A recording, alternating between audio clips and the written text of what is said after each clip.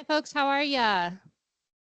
Excellent crowd tonight. I'm so happy you guys could come join us on short notice. I wanted to strike while the iron's hot, if you will, while we had some interest in better coexisting with bears in the community, learning more about bears. So my name is Ashley Hobbs. My official title is Special Projects Biologist. It means pretty much nothing to most people. So I like to kind of tell people what I've done this week. So this week I dealt with a territorial turkey. Say that 3 times fast. I have dealt with bears breaking into homes this week. I have dealt with bears in bird feeders, bears in chicken coops. Also dealt with, a diseased deer. Investigated that as well. So I can be wearing different hats depending on what time of day it is and what kind of calls I'm responding to. But really, when everything shakes out at the end of the day, and I'm handling those Buncombe County calls, it mostly is bears. It's like all bears all the time, especially this time of year. The other part of my job is I implement the BearWise program statewide for the State Wildlife Commission. So I am a bit local, a bit state, deal with all kinds of different critters, but mostly bears. So that's me. And today we want to kind of walk you guys through bears as well. Kind of teach you guys how to be bear wise. I want to give you a good baseline to work from, connect you with some resources today, so that we can find a path for you guys as residents of Black Mountain and some of the surrounding areas, to kind of move forward in your communities on a more localized level and build from this momentum, so that we can promote ways to better coexist with bears. So we'll start off by talking a little bit about black bears in general here in North Carolina. I want you to get to know our bear population. I want you to know a little bit about some of the behaviors you might see in your yard, so that we can better understand what's driving that behavior. We're also going to talk about the BearWise program. What the heck is it? How can you be bear wise? And we'll wrap up with a little bit on bear encounters. And I did add a slide that was more unique calls for this area, just because I know you guys probably have questions about those as well. I'll have tons of time at the end for a question and answer session. So if you hear me say something that doesn't make sense, interrupt me and let's get that clarified in the moment. But if you have a specific question concerning something that's happening at your house or in your specific community, let's save that for the end just in case someone needs to get out of here. They can get all the information they need. I'll stick around, and we can answer questions. I'd like to say as long as we need to, but there are limits. So let's get started here. So how many bears do we have in North Carolina? Quite a few. We have somewhere around 20,000 bears total in our state. You see here on the map that blue represents the current range of black bears in the southeastern U.S. You will also notice from that list on the side of the screen that we have the largest population of bears in the southeastern U.S. as well. So we got a lot of bears. If you look at North Carolina, you see that that blue is on either end of our state. So what that means is we have an established reproducing population in the mountains and out on the coast. So if we break up that 20,000 number into those two distinct populations, we think we have, we know, we just did a bear census that told us, we have somewhere around 8,000 to 9,000 bears here in the mountains. We think there's somewhere around 12,000 out on the coast. We're currently doing a census to update those numbers as well. So stay tuned for more accurate numbers from the coast. But does it surprise you guys to know that we have so many bears on the coast?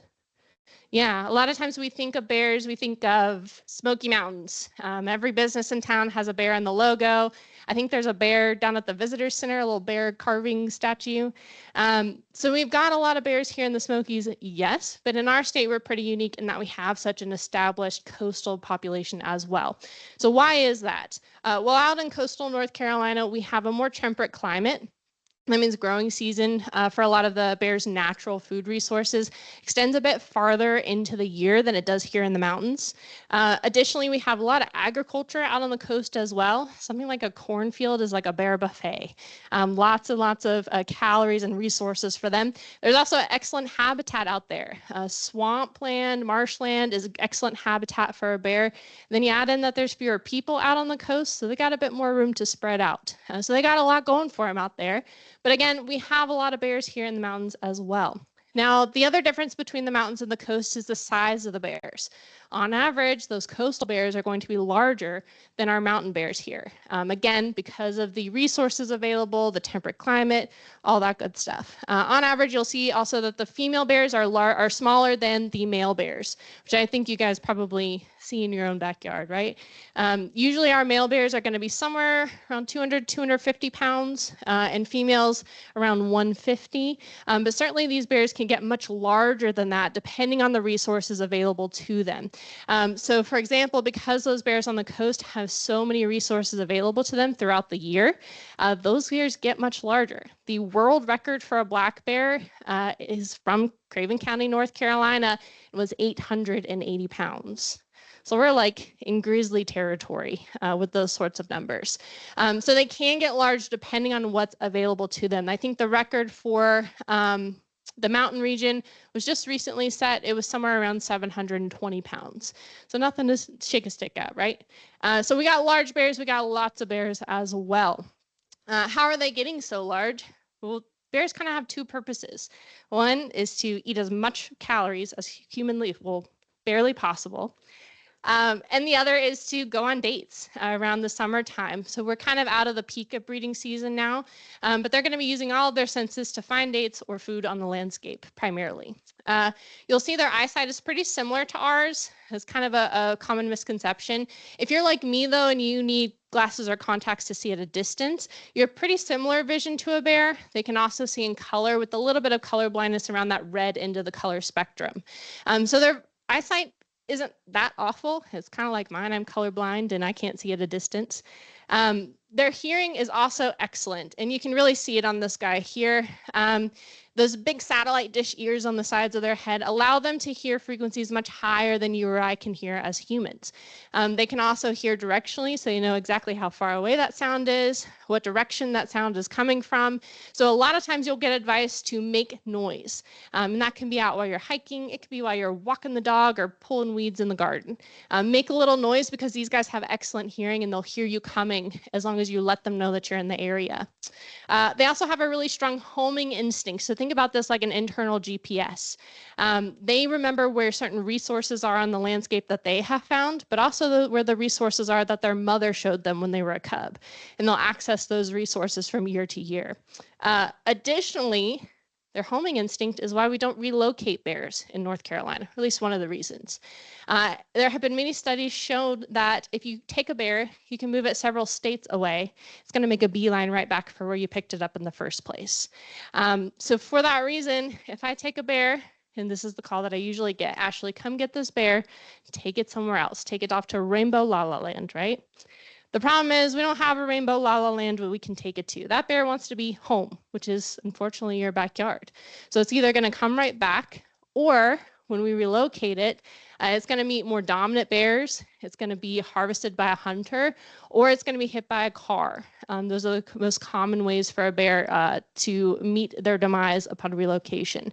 Or we're finding, out of a study in the Smokies just completed recently, is that relocated bears have a super high mortality rate.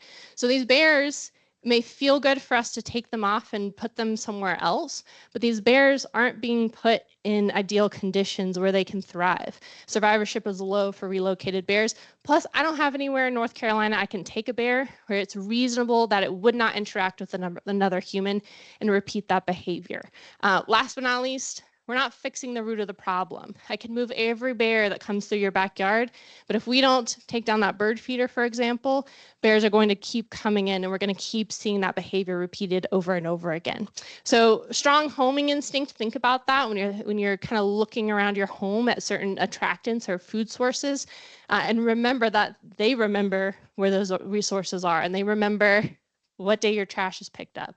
They remember what time you fill up your bird feeder every afternoon, things like that. They're too smart for their own good. Last but not least, I want to point out their sense of smell because this is really what they rely on the most. So their sense of smell is 7 times better than a bloodhound. So if we put that into terms of distance, it's widely accepted that a black bear can smell your trash can from over a mile away. So they know what pizza toppings you had last night based on your cardboard box in the can. The kind of most accepted and what we kind of advertise, if you will, is 10 miles away. So reasonably, if you're on this side of Black Mountain, it's possible that Ursa and Uno at the Nature Center in Asheville can smell your trash can when it's out on the curb, or they can smell when you're grilling cheeseburgers out back. Their sense of smell is incredible, and that's really what they rely on most. But again, they're mostly using these senses to find food on the landscape. So what are they looking for? They are omnivorous, so they eat insects, meat, plants, a little bit of everything. They're also very opportunistic. So if the opportunity to eat something presents itself, they're not picky. They'll try it at least once. You'll find in the early spring, they're going to be going after new roots and shoots. So they'll definitely target insects at that time of year as well. So you may see digging in your yard. They're probably going after yellow jackets, ants, termites, things like that. As we get a bit farther into the year, in the summertime, that's when the soft mast comes into play. Soft mast meaning berries, essentially. So your blueberries, blackberries, serviceberry, all those berries that are out in the forest are really what they're targeting this time of year. And we're kind of moving out of that soft mast season. Once we get into the fall, they undergo a huge change in their behavior and their diet. We refer to this time of year as hyperphagia. Think about it like super mega eating mode. So they will go from consuming about 3,000 to 5,000 calories per day in the spring and summer to consuming about 20,000 calories per day in the fall. So it's a big shift. They're eating almost 24 hours of the day. During that time, they're going to be targeting almost exclusively acorns. They really like those white oak acorns as well. So if you've got a big old productive white oak in your yard, you may see the bears set up shop here in the next few months when those acorns start falling. And they'll sit under those trees and they'll just sort of rake the acorns or the chestnuts, whatever it is, in, and then just gorge themselves, maybe take a nap, and then rake some more in, you know? So they will target almost exclusively acorns, but they aren't very picky. One more thing I want to point out is that they do eat meat. While they're primarily plant eaters, they do have that instinct to hunt. So you will see, especially in the springtime when deer fawns start dropping, they're really going to target those easy prey items. Again, they're very opportunistic. So if the opportunity to hunt, to eat meat presents itself, maybe it's roadkill, maybe it's something that died in the woods, maybe it's something like your chickens. They will capitalize on that opportunity. Now, what will they eat if it's available? Pretty much everything. Again, they're not picky. They're very opportunistic. So this is why it's important to secure attractants. And we'll get into that a bit more in just a moment here. But this is what drives a lot of the bear behavior that has brought you here today, is these human-provided attractants. And remember, they need about 20,000 calories per day in the fall, 3,000 to 5,000 in the spring and summer. So something like a bird feeder, for example, everybody has to have the biggest bird feeder, right? The jumbo ones, can't have a small bird feeder. Those jumbo bird feeders, let's say it holds about 7 pounds of bird seed. Any guesses to how many calories are in that bird feeder? So we're saying what? 20,000 in one single bird feeder. So right now, that's about a week's worth of calories for a bear in that single bird feeder. And then you call me and you say, Ashley, this dang bear keeps coming up on my back porch. I can't figure it out. Well, you got 100,000 calories between your bird feeders, your hummingbird feeders, your cat food, whatever else you got stored back there. So they're all about calories. And they're not going to pull out their app and put in every blueberry they eat or every grain of bird seed. They're just maximizing calories as much as possible, targeting whatever they can find. So that kind of leads us here, because those attractants lead to what we call habituation and food conditioning. Habituation is where they lose their fear of humans. Food conditioning is where they start to associate us as a source of food. That puts us here. This is Buncombe County in blue, and the entire rest of the state of North Carolina in red. So on average, we're somewhere here in Buncombe County, in terms of bear calls, we're somewhere around 1/3 of the state's total bear calls each year. That's pretty significant. When you break this out by county, you'll find that Buncombe County usually gets somewhere around 1,000 calls about bears strictly to our helpline. But the next popular county, I think, is Haywood, and I think they got like 150 last year or something like that. So we're not even in the same ballpark as these other counties. Now, why is that? Well, a lot of folks aren't from Asheville, North Carolina, right? A lot of us are from other places where we haven't had to coexist with bears wherever we came from. On top of that, we've got people who have been here for decades. And when we were talking about 20 years ago, they didn't have to coexist with bears. There weren't really bears around in town. It was more of a rarity or a treat if you got to see a bear, especially in a place like Black Mountain. On top of that, we've got this tourist component thrown in on top of all of these things where I'm trying to educate folks who are here for 24 to 48 hours. And because their actions have lasting impacts on the bears that we have to live alongside. So all of that coming together kind of gets us here, but we're not alone. Many states in the southeastern US are seeing the same thing. Bear biologists in the southeast, we really get together a couple times a year and we basically share notes. And we're all seeing that there's more people, more bears, and more human-bear interactions. Simple math, right? But because of that, we kind of looked at the resources that were available at that time, about 2015 to 2018. And there were a lot of programs available for educating people on how to coexist with bears, but they were missing some key components. One was science-based information. So we found that sometimes you get old wives' tales mixed in, or sometimes you get advice that works in one really specific situation, but probably doesn't work for the broader public. The other thing we found that was lacking was consistency. Depending on which program you were getting advice from, you'll get some different guidance for different scenarios. So we wanted to basically streamline the process of providing people with education concerning coexisting specifically with black bears. And that's how BearWise was born. The overall theme of BearWise, if you will, is to provide consistent science-based information. It's coming straight from people who manage bears in your state. So myself and our bear biologist, Colleen, back here, we have both contributed to some of the things you see on these BearWise documents on the BearWise website. So it's coming from a reputable source. It's coming from the people that you're talking to on the phone anyways, day to day.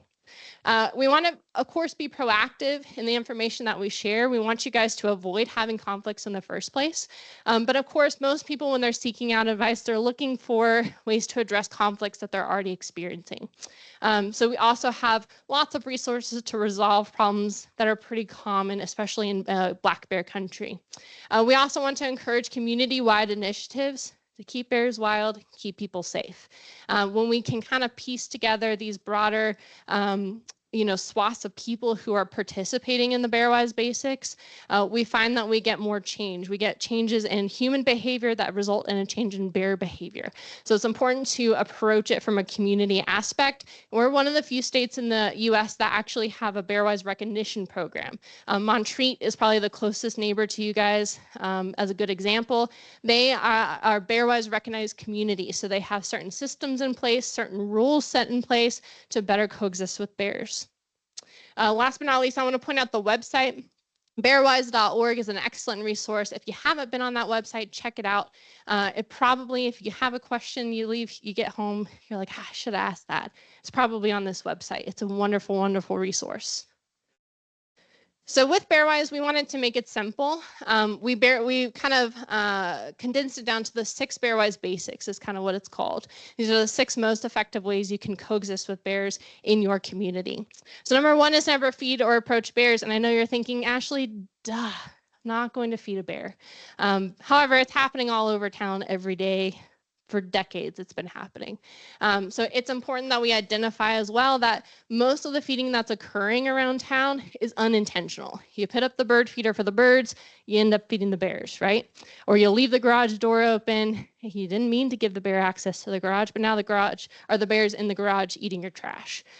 So most of it is unintentional, but if you do see someone or know of someone intentionally feeding bears, we need to get on top of that quickly because when bears are being fed by humans, it causes that habituation and that food conditioning.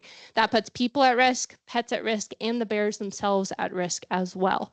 So if you know of someone intentionally feeding bears, I'll have our wildlife helpline at the end here here that you can report that to. We also have ordinances for Buncombe County and City of Asheville and the town of Montreat that say you cannot intentionally place a substance that attracts a bear and results in property damage or a public safety issue or a safety issue for the bears themselves. So with that in mind, that's animal control who enforces those ordinances because they're local. So you can also report that feeding to animal control in addition to reporting to the helpline so that I know about it and the city, the town, or the county knows about it as well. Yeah. Black Mountain does not. Nope. We'll talk about that.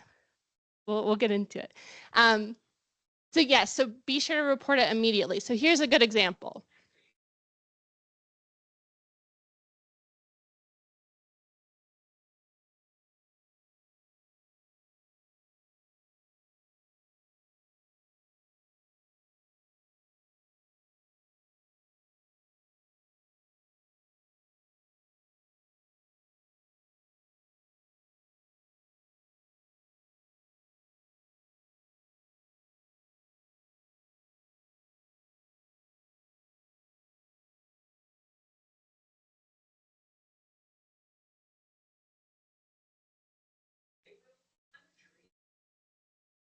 So that's a bluff charge. That's a defensive, I'm scared behavior.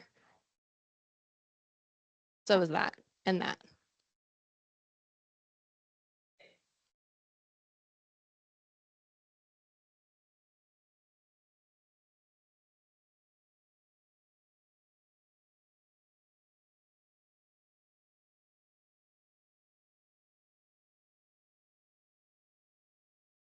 So this is one of your neighbors. When I tell you it's happening all over town, I really mean it's happening all over town. So prior to these ordinances being put into place last year, all I could do was go to her house and say, please stop, this is dangerous. Here's why you should stop. Now animal control can go and enforce the ordinance. There can be a fine. In the county level, it can go all the way up to a criminal offense. So this is one of the reasons why we put that in place, not to ban bird feeders and call out a war on bird feeders, but to be able to address situations like this head on. So number 2 is secure your food, garbage, and recycling. Remember how strong their sense of smell is. It's perfectly fine if you want to go eat on the back deck. I encourage you to enjoy that, especially if the weather's nice. But use a little common sense. Don't leave your dinner sitting on the back patio and go inside to answer the phone for 5 minutes and be shocked when a bear runs off with your steak, right? So make sure that you aren't leaving any food unattended. Make sure you're cleaning up after yourself as well. And when it comes to your vehicle, make sure you're keeping that clean, your windows rolled up and your doors locked. Park it in the garage if you got one. What I see is that something as small as a pack of Tic Tacs or a pack of gum, air fresheners, things like that are left inside unlocked vehicles or vehicles with their windows open, and we end up like this. So this is in Gatlinburg, but it's a good example of how a bear opens a car door just as you or I would. No. Hey.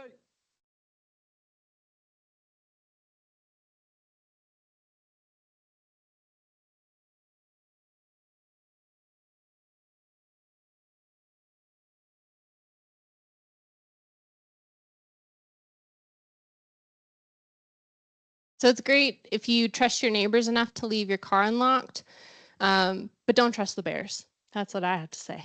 Roll your windows up, lock your doors each time, even if you're just running in the house for 5 minutes, because that's when it's going to happen. Or when you're bringing in the groceries, you leave the hatch open. That's when the bear's going to run off with a week's worth of your groceries. It happens all the time. So keep that in mind. I mean, just today, we had to let a cub out of a vehicle. It got trapped inside. So keep your doors locked, windows up. Try to keep it as clean as you can. That French fry that falls under the seat, try and fish it out. I know it's a little bit of a pain. But again, a little common sense goes a long way with those sorts of things. Also wanted to talk about garbage and recycling. This is probably one of the biggest drivers of bear behavior, especially in Black Mountain, but also Swannanoa, Montreat, Asheville proper, all those areas.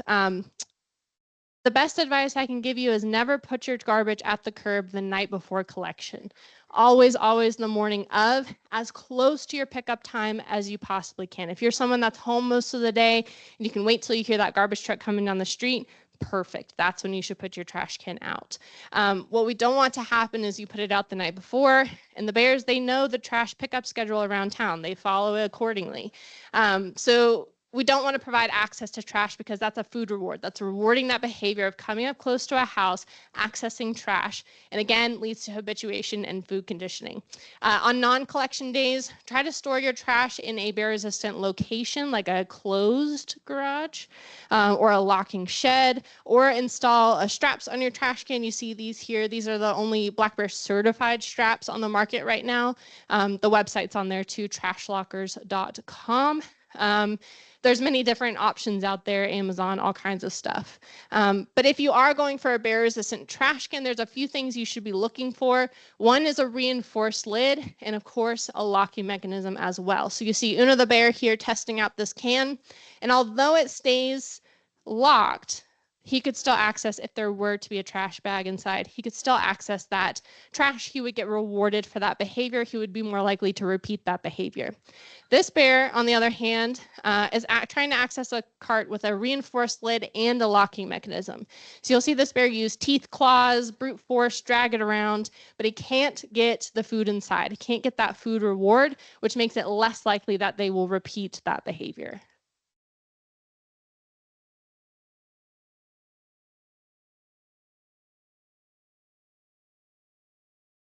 So there's many options on the market. I really like the ones if you have Waste Pro. Currently, I know we're changing to a new contract.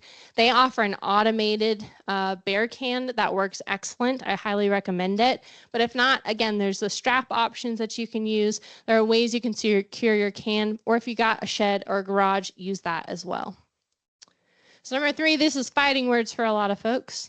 But that's remove your bird feeders. My opinion is if you live in bear country, you don't need a bird feeder.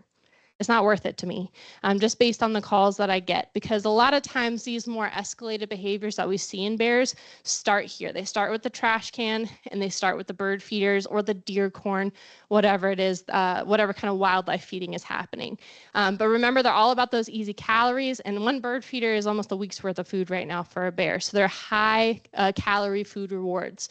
If you are absolutely attached to your bird feeder, putting it out during the day and bringing it in at night is not enough. Who's seen a bear during the day? Right. That's not going to be effective. If you are going to go with a bird feeder, it needs to be done seasonally. I recommend doing it when bears are most active. Bears are not going to be unconscious in a cave for the whole winter. They're going to be active in the middle of January. They don't go through a true hibernation.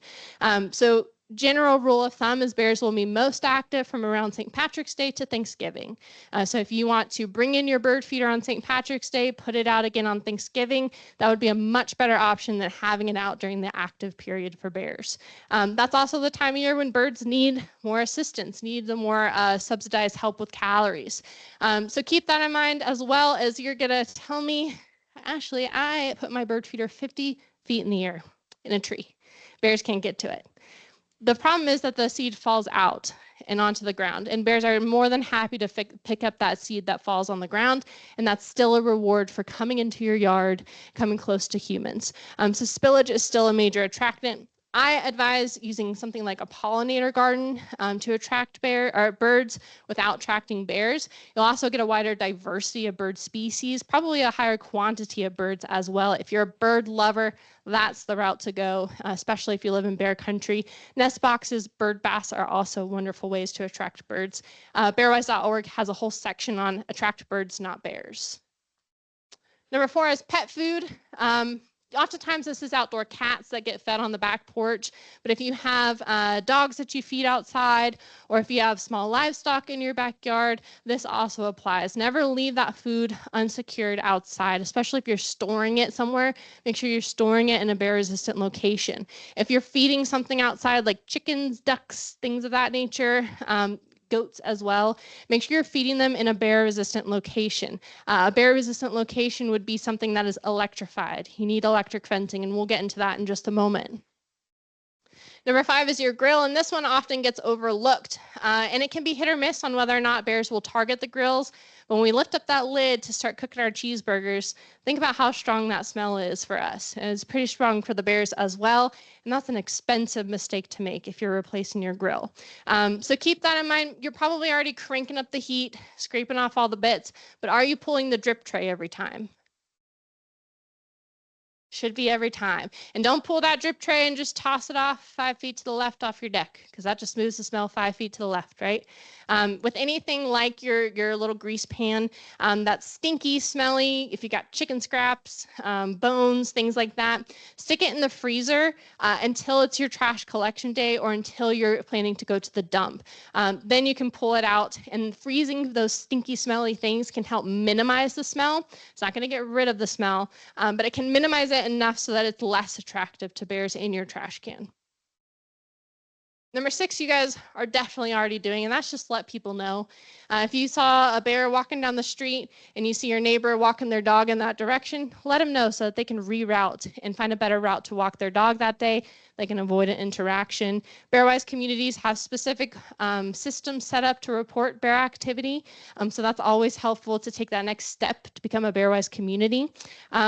Nextdoor is very popular in this area. Facebook is always popular as well, but don't discount word of mouth. Just let your neighbors know what you got going on so that they can respond accordingly and avoid interactions. So a question that I get asked a lot is, why should we do these things? Why should I be practicing the Bearwise basics? And that's because most bears are just passing through our community. We're giving them reasons to stick around. We're always going to see bears in our community, but we should not see bears on our front porch. That's not normal. It's common, but not normal. When bears are hanging around our communities, the most likely outcome for a bear in Buncombe County is they're going to be hit by a car. So you see Buncombe in dark red on the bottom map. That's more of a long-term view. The top map is from 2020, but Buncombe County, the #1 source of mortality for a bear is vehicle collisions. If you saw my truck in the parking lot, got that big old crane on the back, it's because I'm just a girl. But I need to pick up bears when they get hit by cars. That's the primary reason why I have that hoist. So it is something that's happening almost on a daily basis in the summer, quite frequently. Also, again, they'll become habituated or lose their fear of people, start to associate us with the source of food. And that's when it becomes a safety issue. So here, this is from a couple years ago. I think this video was from Riceville. These bears are maybe about 1.5 years old, and they've already learned that if they open a door, they get food inside. And that's where they're starting out life. So this behavior is going to snowball over time and just turn into more escalated behaviors where those bears are accessing houses more. So if a bear becomes at this level, mom and cubs, we have to remove that bear. We cannot allow this behavior to continue because that's an issue that's impacting public safety. So when I tell you to take the little things seriously because it results in the big things like this, it's because we need to keep people safe, pets safe, and the bears themselves safe. Remember, I'm not going to relocate the bear. I would have to come in, capture those bears, and put them down. That's also the worst day ever when we have to get to that point. Most of the time with these bears, I see it start small, and then over the season, we'll see it escalate to become this. So take it seriously, even if it's just a bird feeder, even if it's just your trash strewn about the yard once. I don't want to have to remove bears. That's not why I got into this job, right? I don't think anybody really wants that outcome. So do take it seriously because bears depend on it, you guys depend on it, our pets depend on it too. Yeah, let's save that for the end, just in case. So let's switch over to bear encounters. So what is a bear most likely to do when it encounters a human? Get away from us, right? So most of the time they're going to avoid us by running, hiding, or climbing trees. These are kind of their common ways to get away from danger. So at the top of this tree, you see a big old black bear, and at the bottom, you see a little tabby cat. So when it comes to fight or flight, black bears are very much on the flight end of that spectrum. They don't want to be close to us, just like we don't want to be close to them. So keep that in mind in your interactions. If you're just seeing, I always say, if you're just seeing bear butts, as they're running away from you, that's good. That's what we want to see. So I get asked, what do I do if I'm out walking and I see a bear? So we'll kind of walk through the scenario here. So let's say you're out walking, you see a bear in the distance. What should you do? Get that bear space. So back away in the opposite direction. If you're at an appropriate distance, you can snap a quick picture and then go in the opposite direction and let people know if you encounter them on the way. Now, if that bear starts to approach you, that's when you stand your ground, you get big and scary. If you've got a jacket, put that over your head. Make sure you're making some crazy noises. I always say, hey, bear. And that works pretty good. It's also a good idea if you have bear spray, go ahead and get that out just in case, because you don't want to be fumbling for bear spray if that bear continues to approach. So again, if it's following you as well, that's when you hold your ground, you get big and scary. Bears don't want to mess with us. It's not worth it to them. So let them know that you are too big and scary. It's not worth their time. Now, if that bear continues to come towards you, even after you're waving, shouting, holding your ground, that's when you want to get your bear spray out and get the safety off ready to go. Because if that bear then charges you or tries to make contact with you, that's when you want to deploy bear spray. Bear spray should be deployed when that bear is about 30 feet from you, which is much closer than you think. I encourage you to go home and measure out 30 feet just to see how far that is. That's when bear spray is going to be most effective, the most effective range. Now, if you don't have bear spray, you want to remain calm, hold your ground still, and if that bear is making contact with you, you fight back and you fight dirty, because we're talking about black bears. We don't have grizzly bears here, so we don't need to worry about grizzly bears. Fight back. If you've got rocks, sticks, hit them with rocks and sticks, punch them, poke their eyes out, whatever you can do to put up the biggest fight possible so that they don't want to engage with you anymore. It becomes too risky of a behavior for them. Now, the chances that you're going to be in a situation where a bear is trying to make contact with you is very slim, particularly if you have bear spray. But you do want to kind of think that through and have that in the back of your mind in case you were to be in that situation.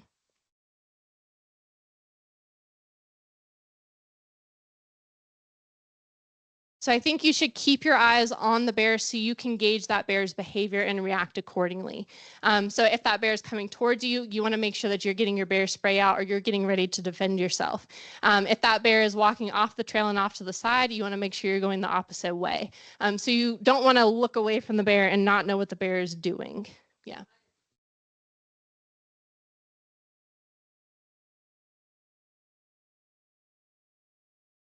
So I think the best thing you can do to let a bear know that you are not a threat is to put space between you and the bear.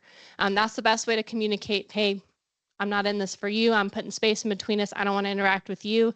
And that's kind of the best way to communicate with that bear.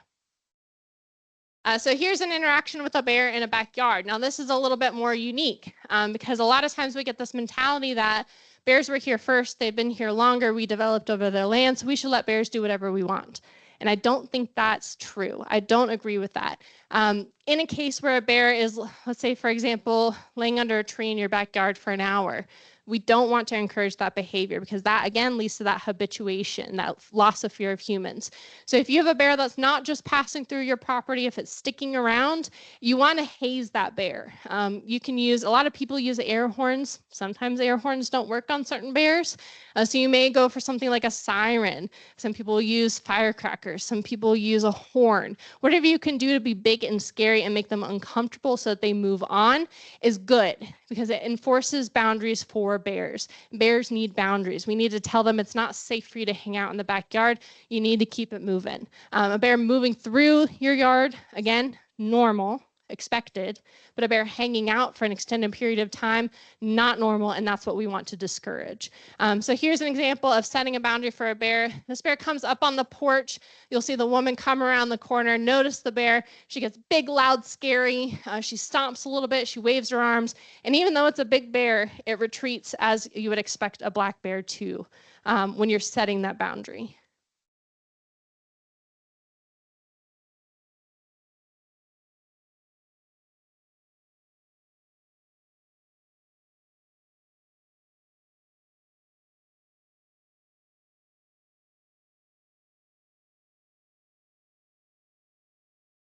So that was a great example of how that should play out. The exception to that rule is if that bear has found a food resource, you already lost.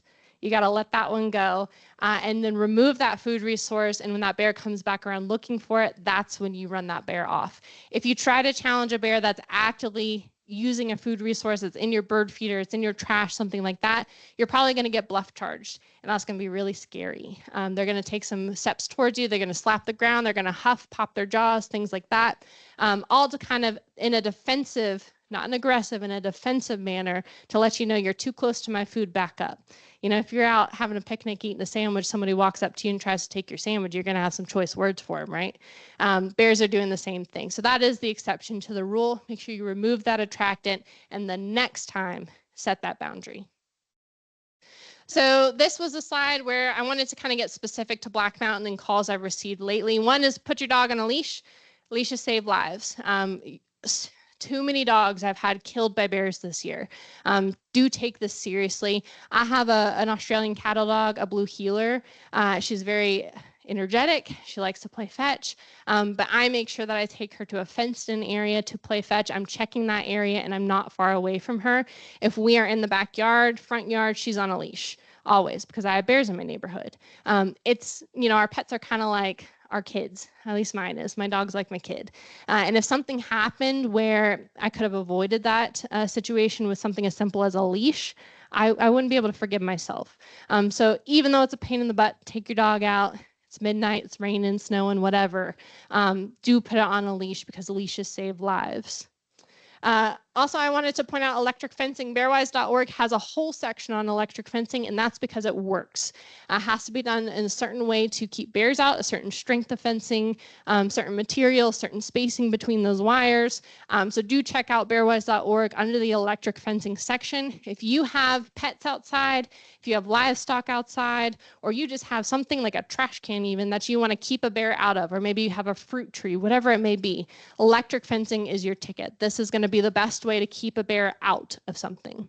Last but not least, make sure you're securing your porches, decks, and crawl spaces. Those vents on your crawl spaces look small, but if a bear can get their head through it, they can get the rest of their body through it. I get so many calls, and I'm going to get even more here soon. Bears accessing crawl spaces. The best thing that you can do is cement those vents along the edges into the wall so that they can't pull them out. I find that's really effective. Some people will cement bars instead of the actual vent covers, and that works really well. Find a way to secure that, especially under decks and things like that. Again, electric fencing can go a long way. Unwelcome mats are also on bearwise.org. You can place those in front of these structures so that the bears can't get under them or into them. So do check out those because this is from this year. I think this was about April, around Easter time, and that's under someone's deck. And she went up under there and she had, I think, 4 cubs, if I remember right, underneath the deck. You don't want that to be you. So go ahead and secure those spaces now before you're having the bear activity, so you're not having to do it while there's a bear under your deck or in your crawl space. Yeah.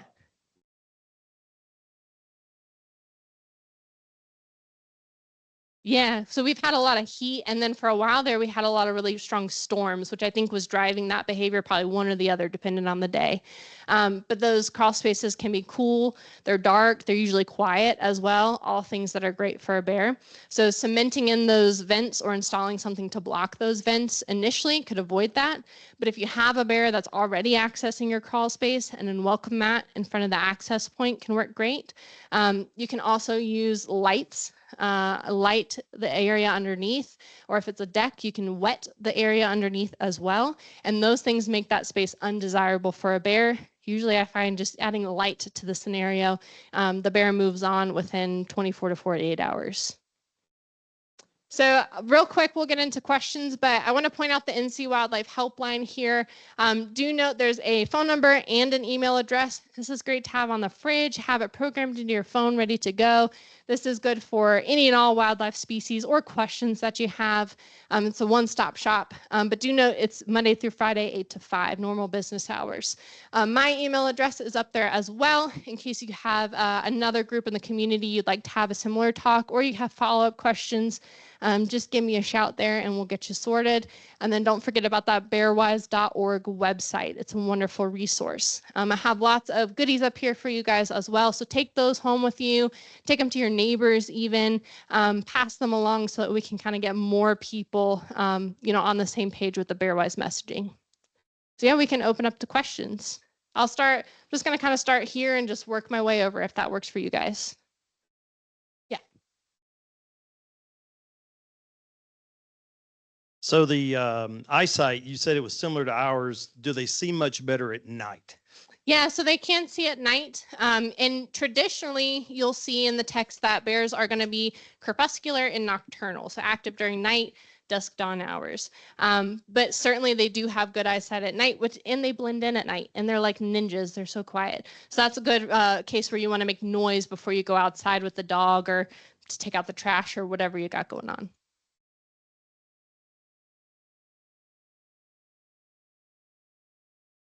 Could you talk a little bit about the range by gender as well as understanding like a yearling and their behavior and what to expect from them when we see them in the area? Yeah, so when we're talking about how far bears range, it's really interesting. And I'll break it up into gender and rural versus urban bears as well, because there's a difference. So females are going to have a smaller home range than the males. Oftentimes those males will encompass the home range of several females, so they can go on dates in the spring and summer, So you'll also see a difference depending on where that bear is located and the resources available in that area. So what the urban bear study has shown us is that a female bear in the Asheville area has an average home range of only about 4 square miles. I'm quite sure there are some with much less. They probably just stick to one large neighborhood and that's all they need. They have everything to complete their life cycle within that small area. The male bears will have a smaller home range in urban environments as well compared to their more rural counterparts. So if you see those collared bears, well, if you have seen those collared bears around town, that's the urban bear study, and they're giving us a lot of great information. That's one thing that came out of phase 1. We just completed phase 2, and we're hoping to have some results here pretty soon that will be more geared towards Bearwise and how Bearwise impacts bear behavior, denning ecology, diet, and people's perspective of bears as well. Oh, yes. So you can expect a yearling bear, and by yearling, we mean a bear that's about 1.5 years old, just separated from mom. Expect them to act like a teenager that just went off to college. You know what I mean? Exactly. They're looking for a spot to call home, looking for easy food resources, probably going back to places where mom showed them food resources as well. And you'll see them get into a lot of trouble.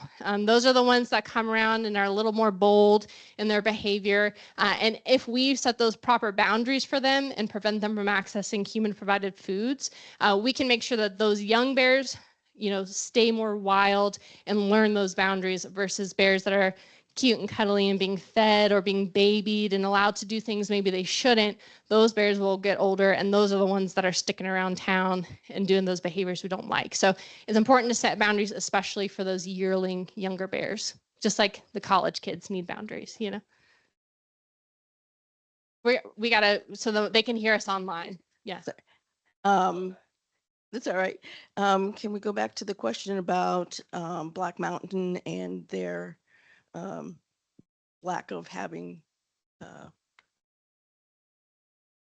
an ordinance? Yeah. Yeah. thank you. So, I mean, let's face it, Black Mountain isn't just got to the point where you guys have actual trash cans, let alone ordinances concerning bears.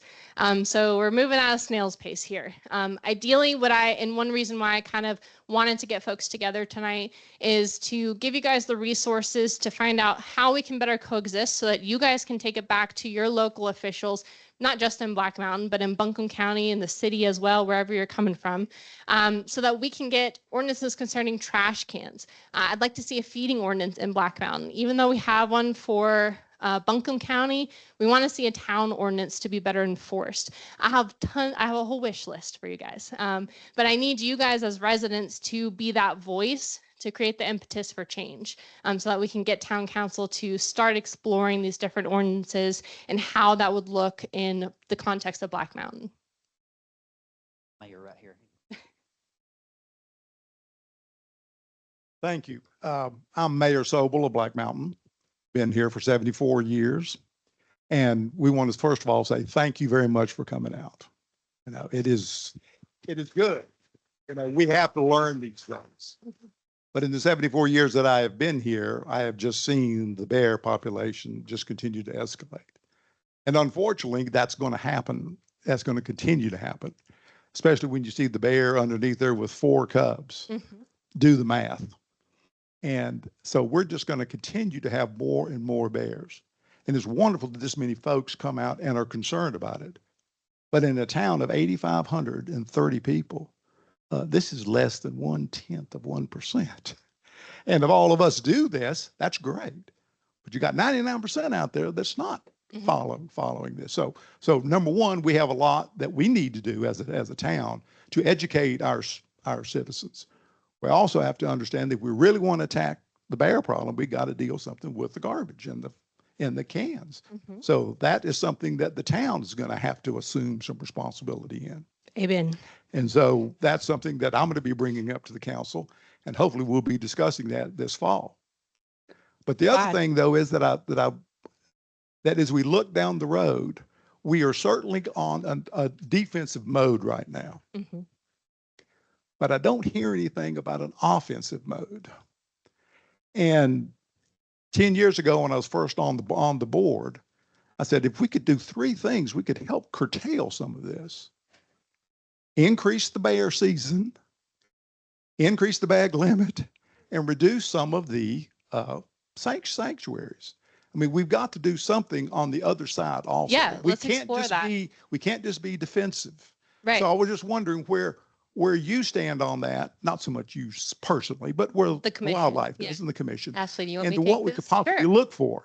So we're doing, aside from bag limit, doing all of those things. And Colleen's the bear biologist, so she can speak in great detail about that. So I'm going to first say that I suspect there's a lot of different opinions about regulated bear hunting in this room, and that's fine. We know people have different thoughts. I'm not going to try to use this meeting to convince you what you should think about regulated bear hunting. I will say in our Black Bear Management Plan, we do identify that regulated bear hunting is the main way we can actually manage bear populations. Not only in North Carolina, but across the United States. It is the #1 way, effective, efficient, bear gets utilized.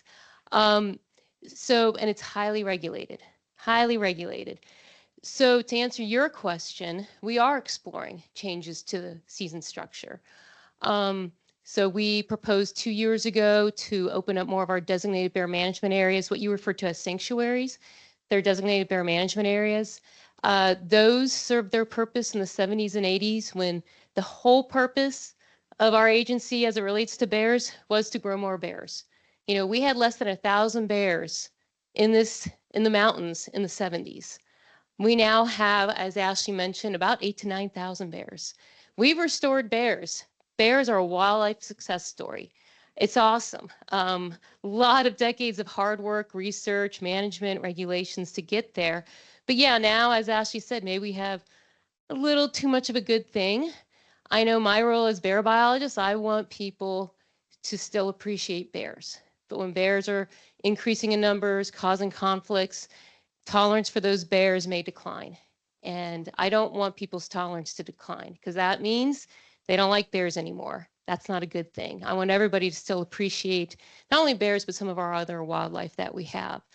So going back to hunting, you know, those designated bear management areas, we had them closed off to hunting in the 70s to try to grow the bear population. We identified in our bear management plan in 2012 that those designated areas could really help serve a new purpose, and that is to help us manage the bear population on a local level.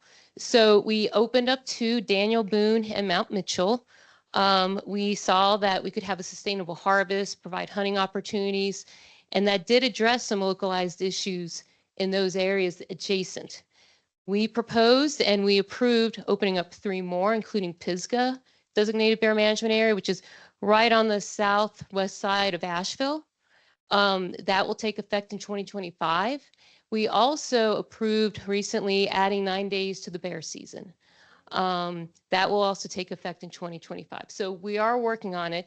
We are trying to do it in a way to try to increase harvests in order to stabilize the bear population, because that's the other thing our bear management plan outlines is we want to stabilize the bear population in the mountains. We don't want it to increase. We don't want it to decrease. We're just trying to level it out. And we're not succeeding yet. Back in 2012, when the plan was approved, we had about 4,400 bears in the mountains. And now we have 8,000 to 9,000. We have obviously failed. We're about 4% bear population growth, though it used to be over 10%. So we are slowly getting that population growth to go down, but we need it to go down a little bit further more. And right now, it's the key is regulated hunting to do that overall. But you look in this area, there's a lot of what I call de facto sanctuary. You know, the Asheville watershed, perfect example. The whole city of Asheville, another de facto sanctuary. Gated communities, another de facto sanctuary. So we can do what we can through regulated hunting, but there's a lot of land out there and it's only increasing that's off limits to hunting, not only bear hunting, but deer hunting. So that's going to pose a challenge for us. And I will say, securing attractants is another key thing. Our urban bear study that we did from 2014 through last year, now we're finishing up on results. It showed when you have a lot of food available, unnatural food, the bird feeders, the garbage, the purposeful feeding by certain individuals, they are affecting the bear population. I tell people in Asheville, you're literally growing more bears with all the feeding that's occurring, all the unnatural foods. You're growing more bears. You are influencing reproductive rates. You are causing those larger litters. You are causing bears that used to have their first litter of cubs at 3 or 4 years old, they're having them at 2 years old. So that's where it's probably a unique situation.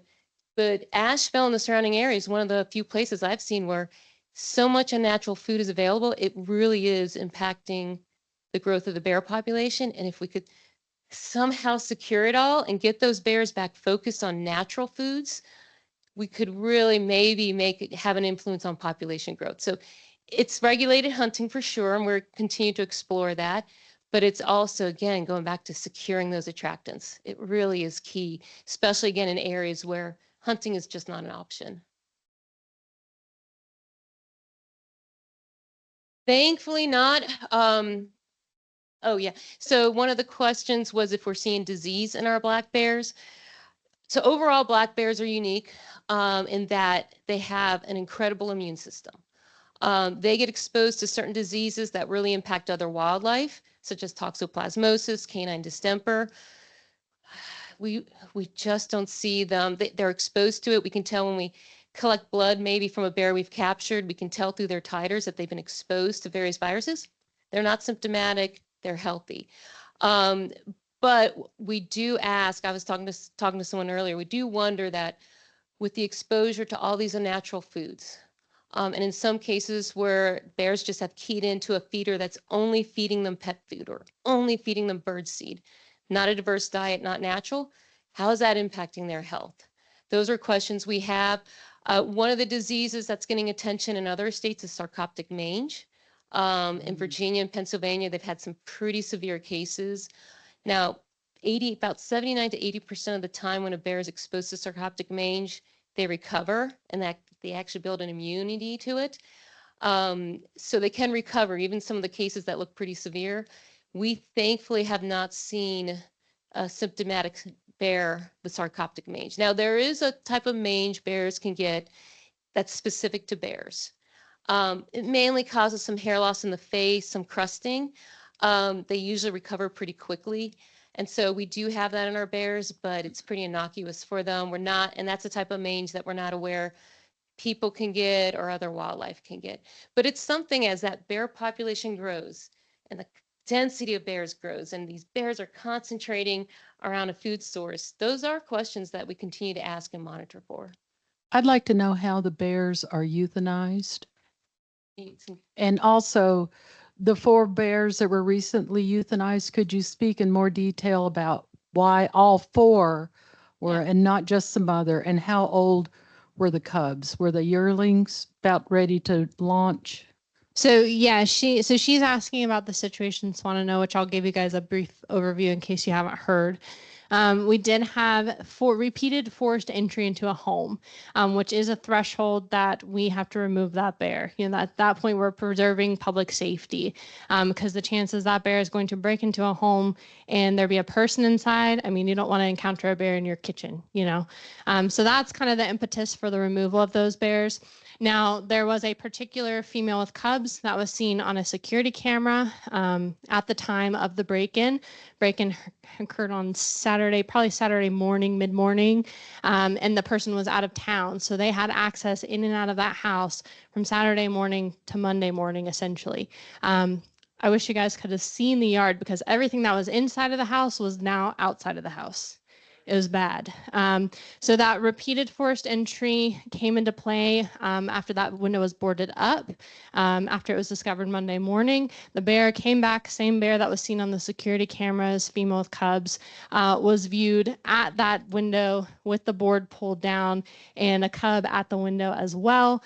So that is the repeated aspect of that forced entry. Essentially, the bear was pushing in the window. On top of that, so Monday night is when that second entry occurred, I think it was about 8:30 at night. I got a second report from just down the road at about 9:30, about an hour later, of the same thing, a female with cubs forcing a window in. So these are closed block windows. It's not like they're coming in through an open window or something like that. So because of the repeated aspect of that, if we did not remove that bear, the female with cubs, and the cubs themselves as well, the likelihood that behavior would be repeated is pretty high. So the kind of like you saw in that video, the cubs, and they were cubs, by the way, they were born earlier this year. So about 8-9 months old now. The likelihood that those cubs would go on to repeat that behavior is high. So we don't want to repeat the cycle where then we're just waiting for it to happen again. The interesting thing about that situation was, you know, we were putting out traps to capture the female with cubs that was seen on the security cameras, seen at the window. Another bear came along while we had those traps being monitored and also pulled down the board and accessed the home. So we then chose to remove that bear as well. Just again, to get in front of it, make sure we don't have bears pulling open windows, pushing through windows, things of that nature. And they're euthanized quickly. So one of the American Veterinary, what is it, AVM? What is it? AVMA, American Veterinary Medical Association. Medical Association approves gunshot as a method. So we did euthanize them quickly.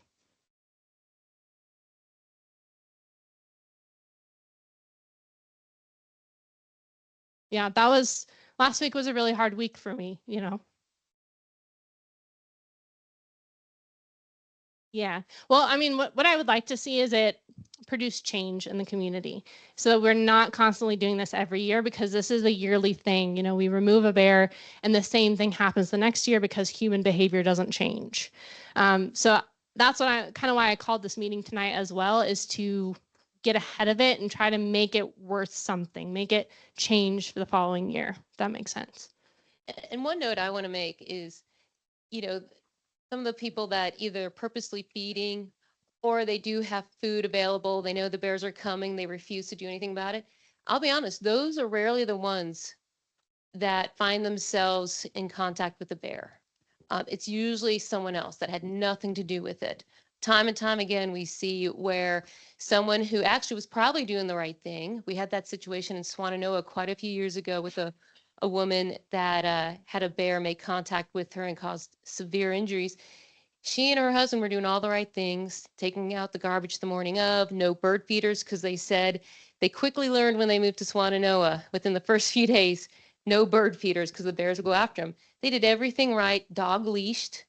It was a neighbor who had put out the garbage the night before. The female with cubs got into a pattern, would always knock over that garbage can, and she just happened to be the person that got attacked was in the wrong place at the wrong time. And it's usually, again, the person that's really responsible for it rarely faces the repercussions. But hopefully with some enforcement of ordinances, both at the county level and hopefully eventually at the town level, we can address that.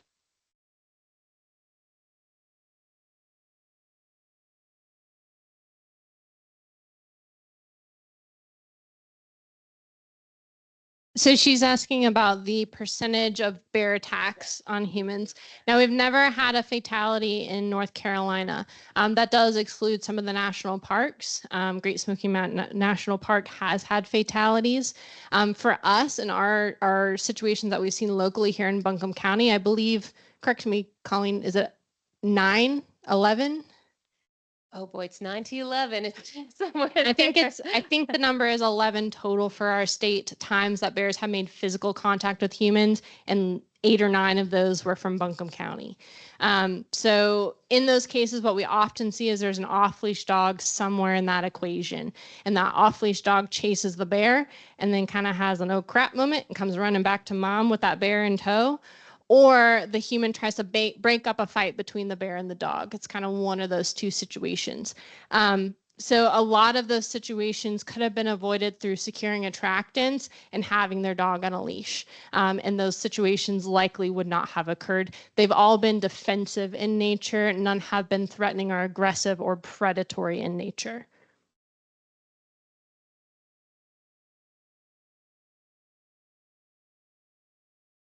Two bears, and she's like have developed a relationship with the bears, meaning she feels them, they are friends. Mhm. How do you break that up? Because you were saying, oh, just one thing you have to do is to just stop it, let them go. How do you break that? The husband was saying it's going to hurt, So, don't go. I think a common misconception is that the relationship is between the bears and that person.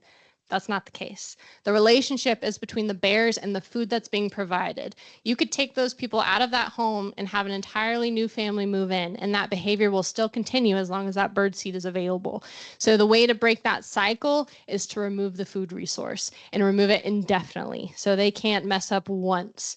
And the longer that food resource is removed, the less likely that behavior is to be repeated. So if you have a situation like in that video, that person's been feeding bears probably for decades. That is going to take a long time to break that cycle, but it doesn't break until you remove the food, and then we can start that process. Additionally, on top of that, we can add things like hazing methods, trying to set boundaries for bears, scare those bears away, make them more fearful of humans. We can kind of layer that on top, but the root of the cause is getting rid of that food. That's how we address and break that cycle. I do want to say, you know, we're talking about, we've mentioned bears are increasingly making contact on people over the years. I guess I want to make sure, I don't want people to be afraid of bears. They're remarkably tolerant of us. It amazes me, actually, we don't have more situations. They're remarkably tolerant. It's usually bluff charges, popping at the teeth, you know, the jaws, that's the extent of it. And we want to kind of keep it rare. It's still fairly uncommon. It's terrible when it happens, but it's still relatively uncommon. We want to keep it uncommon. We want, you know, we're seeing the contact increase, and we're trying to get back down to where it's really rare. So I don't want people to walk away being afraid of bears. Again, they're remarkably tolerant of our stupid behavior. But we're at a point where if we don't do something now, it might flip and we start to have real issues. The last thing we want is, so far we have not had a fatality in North Carolina, and we want to keep it that way. And again, being proactive, doing things now is how we get there. I always tell people bears have adapted to living with us. We have not adapted to living with them. It's so, what can we do to get there?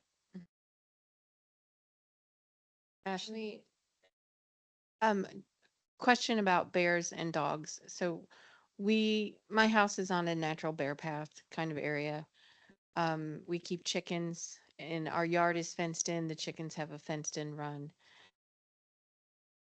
2 years ago, we got a dog and we had already had a decreasing amount of bear activity.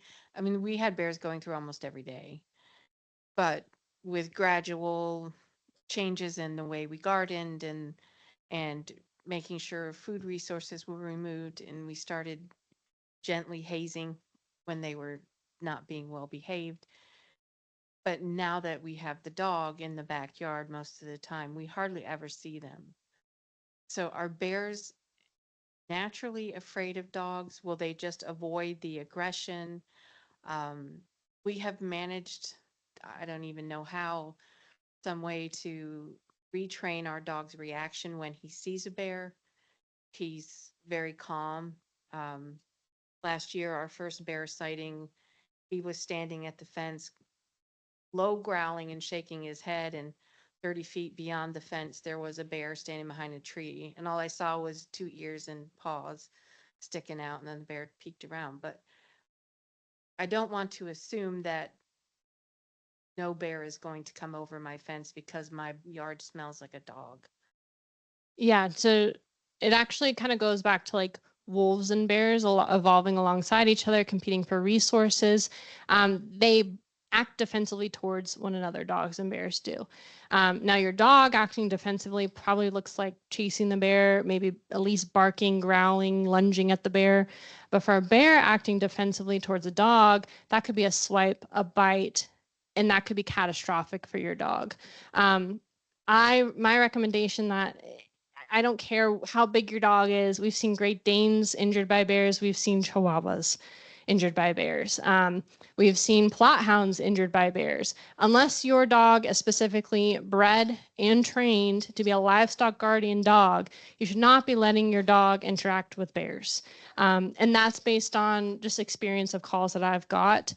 I think it's a little risky to not have control of your dog, even in a fenced-in backyard. So regardless of the fence, of the dog, we should hotwire the fence. I would suggest that, yes. I think that's the best way to make sure a bear stays out. And that is because, I said bears usually swat or bite. Some bears might run away from your dog, but I wouldn't personally want to chance it with a bear that would come towards that dog acting defensively. Yeah. I don't want to bank on that bear running away. I want to plan for the bear that's going to come towards my dog and interact with my dog. We have a particularly large male that is the reason I generally avoid the outside yard at night. So Gotcha. yeah. Yeah. Okay. Yeah. And I mean, that's a Thank you. personal decision at the end of the day, but that's just my opinion on that.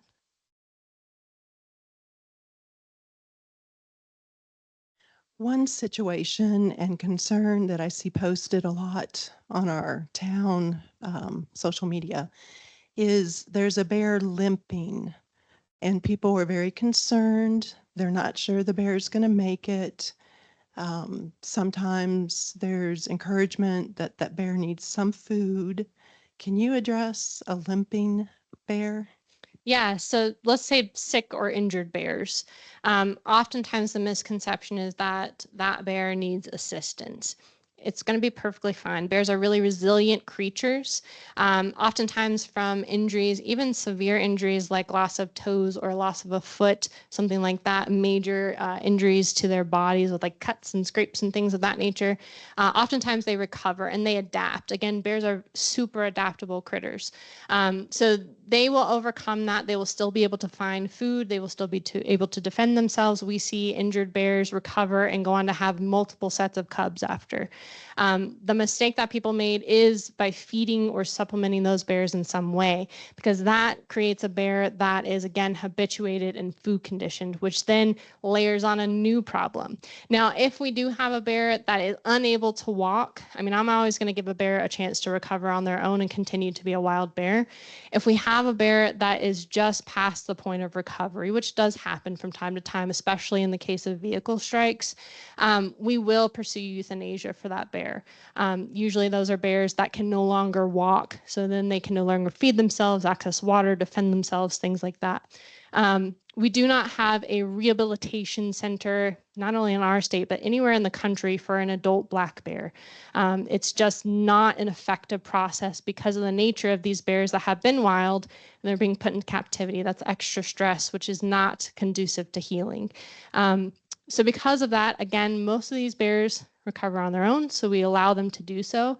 But we're going to monitor pretty closely as well. I oftentimes, if you've ever called me about an injured or a sick bear, I probably told you, keep my number, pass it around, keep me in the loop, because we'll kind of monitor and see how that bear recovers. And again, most of the time they do recover. They go on to be a relatively normal bear. Maybe they have a little hitch in their giddy up, so to speak. But it's not necessarily a cause for concern, but certainly you can report it and keep us in the loop on that. So you mentioned bears that seem to have no fear of humans, and I have one of those regularly. So I've tried, you know, beeping the horn. We have a giant dinner bell. I've tried everything. The thing just stares at me. So what's the suggestion? Paintball gun. Paintball gun? Paintball Okay. gun. Okay. I find that it's really, I mean, if you shoot the side of the house with a paintball gun, it's not going to damage anything. Mhm. Somebody gets shot by a paintball gun, it's going to hurt, but it's not going to harm anybody. Usually they're pretty accessible for folks as well. And it's a stimulus or it's an encounter with a human that's never probably happened for that bear before. They probably never interacted with a human and then got that pain sensation following it up. So that's usually a novel stimulus and can help with some of that setting boundaries for those bears. And second question about, you had talked about the grill. So, with their sense of smell being so astute, if you pull your grill in your garage or like you're storing your garbage in your garage, is there ever issues with them trying to break in the garage because of that? There are. Usually it begins by an unsecured garage. Somebody leaves their garage door open, they get a food reward. Now they start checking everybody's garages. So it can lead to, especially on older doors, they can push in a panel or push in like the decorative window pieces. So if you can store it outside with a lock on it, something like trash, that's probably the best option. But if you don't have that option, if a garage is your best option, make sure you keep it closed. Make sure you keep it in the garage and keep the access from that food source. Be proactive about that. But again, we can't really control our neighbors' behaviors. We can only control ourselves, but it does happen. It's just not very common. Yeah. First of all, thanks for coming out and doing this tonight. Very informative. You probably know about the incident at Blue Ridge Animal Hospital last week. Mhm. All right. This is happening more and more often. Bears are going in, killing livestock, killing small animals, and not eating them. That seems like very peculiar behavior to me and possibly a warning. So it's opportunistic behavior is what it is. What likely happened is that bear was moving through, came across, I think it was chickens and ducks and turkeys, Yep. if I remember right, and saw them in the backyard, accessible, probably running around as chickens do, and responded to that with opportunity. Again, they do eat meat, so they do have that instinct to chase, to hunt. But the thing is, they didn't. But they killed the chickens, right? Yep. So that is the instinct kicks in. Whether or not they eat the chickens or not, that instinct is still overriding that behavior. So they get the opportunity, instinct kicks in, they kill the chickens. Maybe they don't eat them. Usually they eat one or two, but you're right, in that situation, they didn't think they ate anything. In that situation, we recommended electric fencing, not only for if they continue to keep turkeys and things in that area, but they also have dogs back there because it's a vet office. So ideally, they're going to get some fencing back there and better secure that area for the next animals that are stored back there. But I do think it was opportunistic in nature. There's probably some feed there that played into it that was attractive. When I went out to that site and looked around, there's a big pile of, the grain for the chickens on the ground. It could have been that draw the bear in, and then the chickens are there, and it took that opportunity. Yeah, I had an appointment there at 8 o'clock Monday morning. It was pretty grisly. Yeah. No pun intended. Yeah. So the other thing I want to point out is we're getting a lot of attention on livestock depredation right now, but that's a very common call for those are calls that I expect this time of year. When we're getting out of the soft mass, the berries, we're not quite into the acorns yet. That's when I see the chickens and the goats and things like that getting preyed upon. So I think there's just more attention drawn to it this year than in years past, but I'm seeing the levels pretty much the same as I would expect based on previous years. Fair enough. Thanks. Yeah. I have a question about what's good and okay.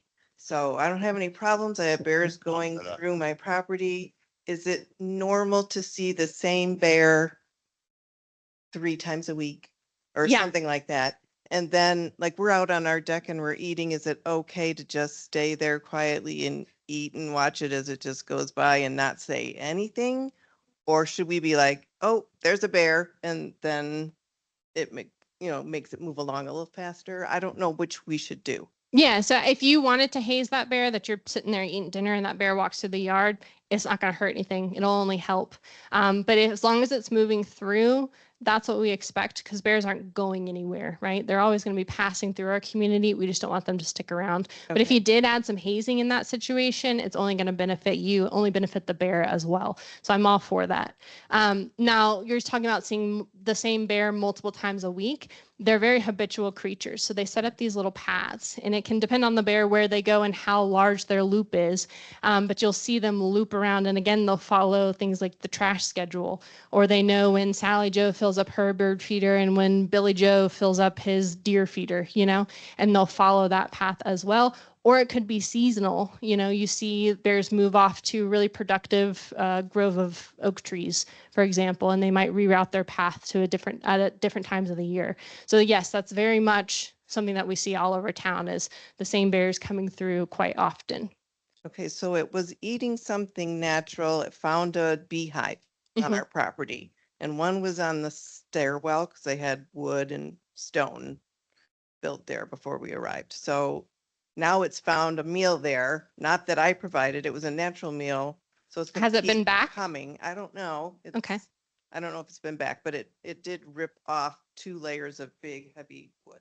The wood, yeah. Yeah. That's expected behavior. It is natural behavior. We don't like that it's happening right at the bottom of your staircase, I think you Right. said. But as long as that bear is not continuing to come back looking for those bees or termites or whatever it was, Yeah. then that's okay. That bear Okay. has moved on. But if you saw it coming back and checking over and over again, that's when you might look at hazing that bear off, scaring that bear off, and kind of investigating what they're drawn to as well to see if Right. there's anything you could spray or, any way to prevent that from being attractive. Yeah. Okay, thanks. We got microphones. I think there's 2 of them. Oh, for the TV? For the people. Anyway, my wife and I are gonna be actually new residents here in Black Mountain. Welcome. Thank you. We love the town. Not so crazy about bears, I'm used to squirrels in the city. Yeah. But, so we're moving, in a new development and, we're actually there looking at the house, the other day and bear came, walking through the development. And I think it's his neighborhood. The realtor Yeah. didn't tell you about that part. did No, he? he didn't. Yeah. But, so there was a woman walking her dog and we stopped and talked and, the bear was, maybe it was 100, not even 100 yards from us. And she's a regular in this neighborhood. She's been born and raised in Black Mountain, I guess. And she started screaming, and the bear took off. He Yeah. ran away. Good.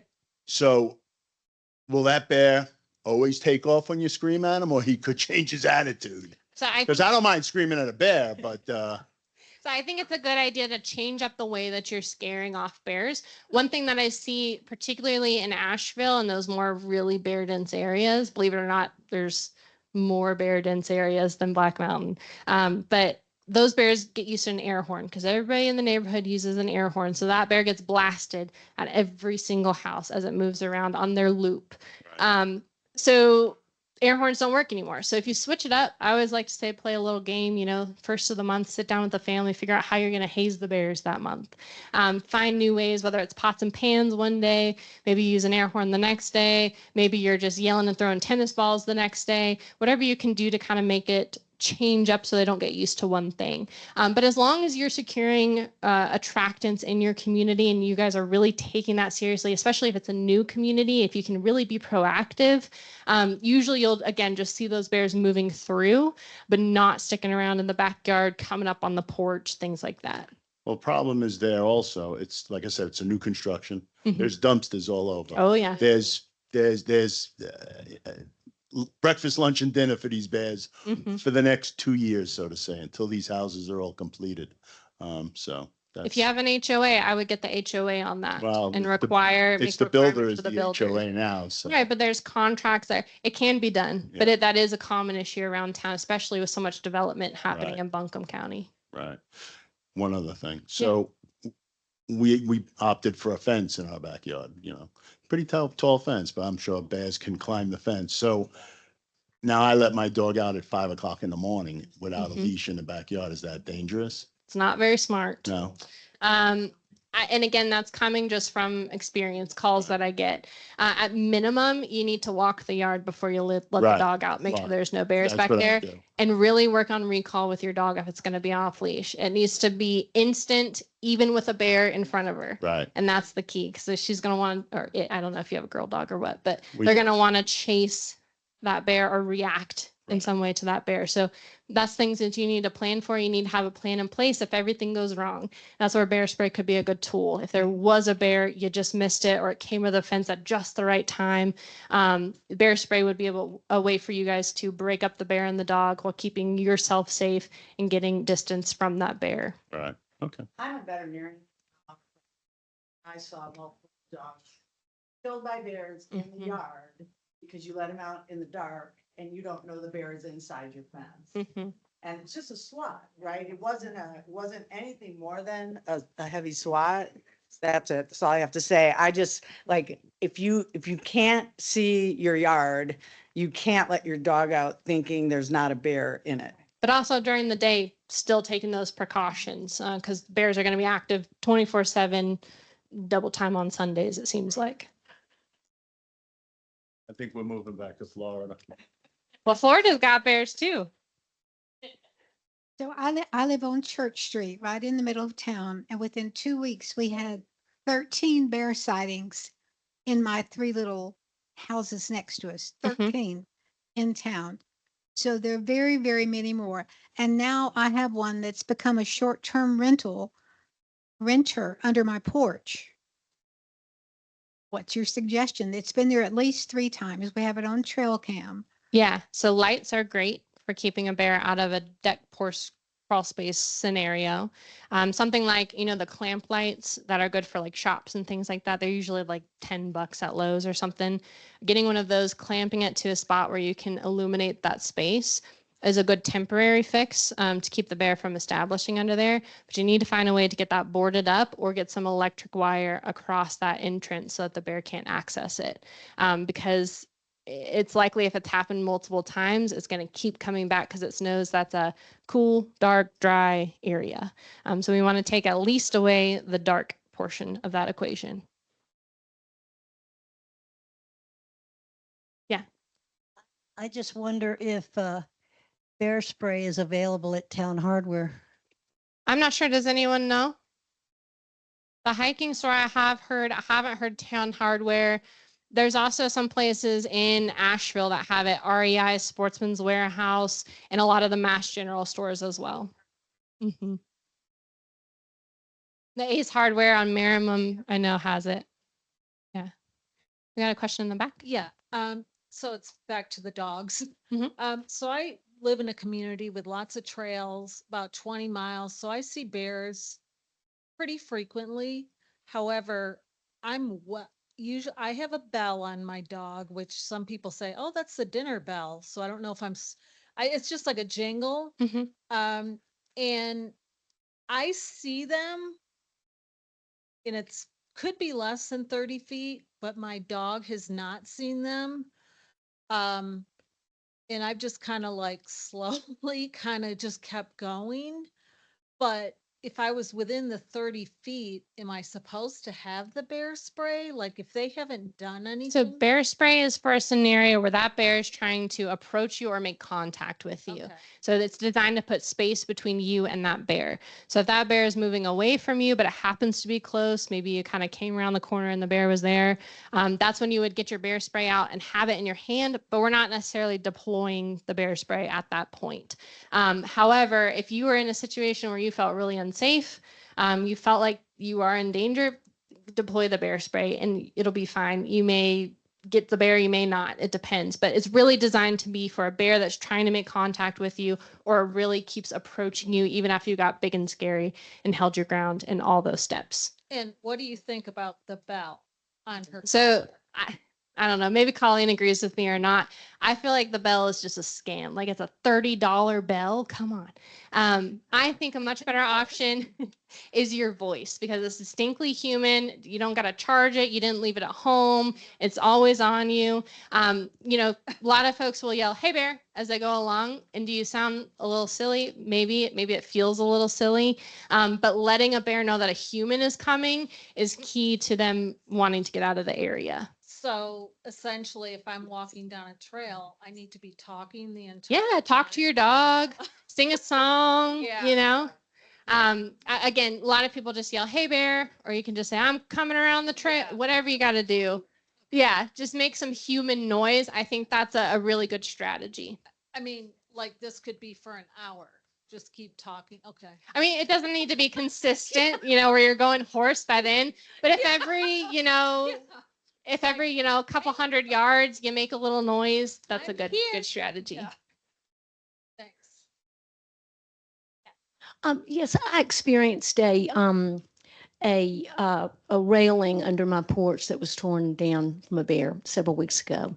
And there had never been a problem. I'm actually new to the area, so the whole bear thing is new to me too. But somebody in the neighborhood said, you know, use ammonia, dip cotton balls in ammonia and put it in your lattice and just hope that they don't come back.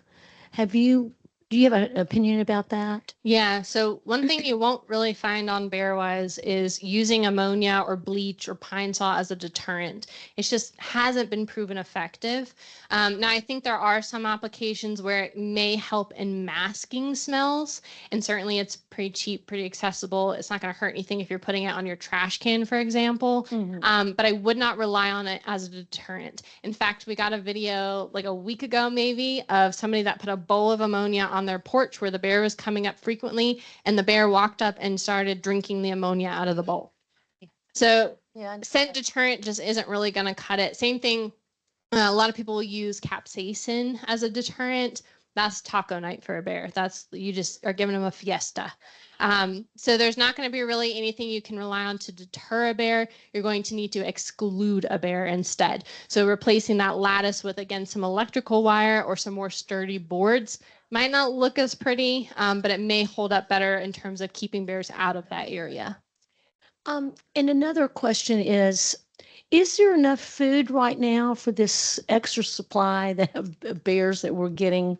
I mean, is there enough food? Yeah. So if there them? wasn't enough food for them, natural and human provided, we wouldn't see the reproductive rates that we're seeing today. The high increased reproductive rates where they're having more cubs per litter, cubs early in life, all those things are indicators that there's an abundance of food. Same thing with their home range sizes. Because we're seeing such small home ranges, that's an indicator that there's a ton, a high density of resources on the landscape for them. So in the Southeast, we don't really need to be worried about bears starving to death.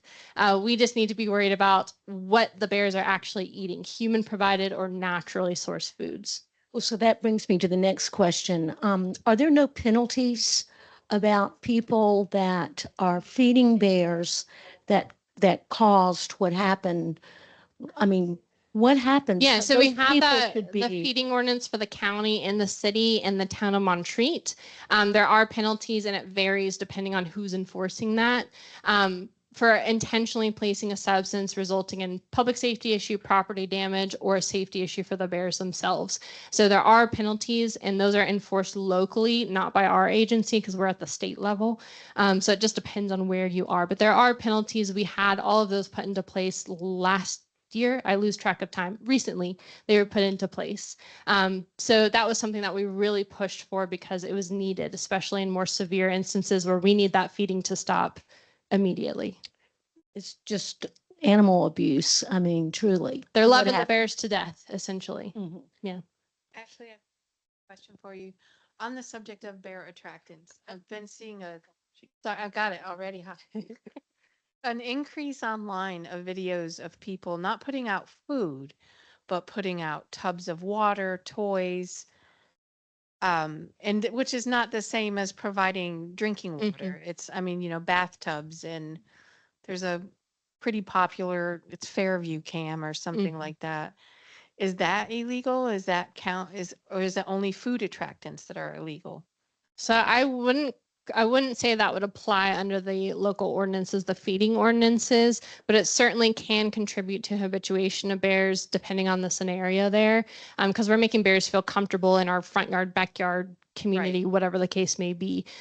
So I would caution against it. But I mean, if you have a nice piece of property, you got a pond on your property, animals are going to come and drink from that pond, so Right. that's a bit different.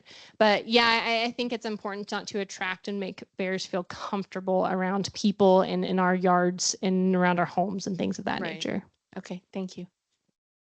Back to my dog. So my dog, it's a good dog and she's a good watchdog. And if she hears anything outside, she's going nuts. Will that make the bear aggressive trying to get into the house, or if a bear's in the backyard, so to say? So as long as your dog is secured, and it's inside the house, for example, you shouldn't have an issue with a bear trying to come into your home. Yeah, as long as you have essentially control of your dog, whether it's a leash or inside of your home, something where you can keep your dog from chasing or interacting with that bear, that's what you're aiming for. One last thing. So if you're grilling outside, could a bear come in while you're actually grilling? Yeah, It could. really? It could. And that No more grills. You're off the hook for cooking. I think you guys need to spend some time on the Bearwise website, and if you start off, with all of that information, I think you guys will be in a good spot. But if not, the helpline number's there. Give us a call and we'll point you in the right direction.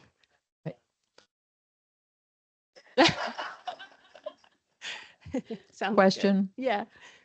We have had a very successful compost bin for about 25 years. The Rubbermaid thing, the top lifts back. Lots of fruit and vegetable stuff. We never put meat, cheese, etc. Mhm. Anything that would attract. However, now with the double size of the population, it seems that the bears are coming to the compost bin. Mhm. Any real suggestions as far as how does Bearwise Yeah, so deal with that? Bearwise does have information on the website that goes a bit more in Okay. depth. Good rule of thumb is a thicker brown layer, as a little bit thicker than probably what you're using now to kind of help mask some of those smells. And electric fencing, electrifying Okay. whatever structure you use for compost will keep the bears out of there and moving through so that they're not using it as a food resource, getting that reward. Okay, thank you.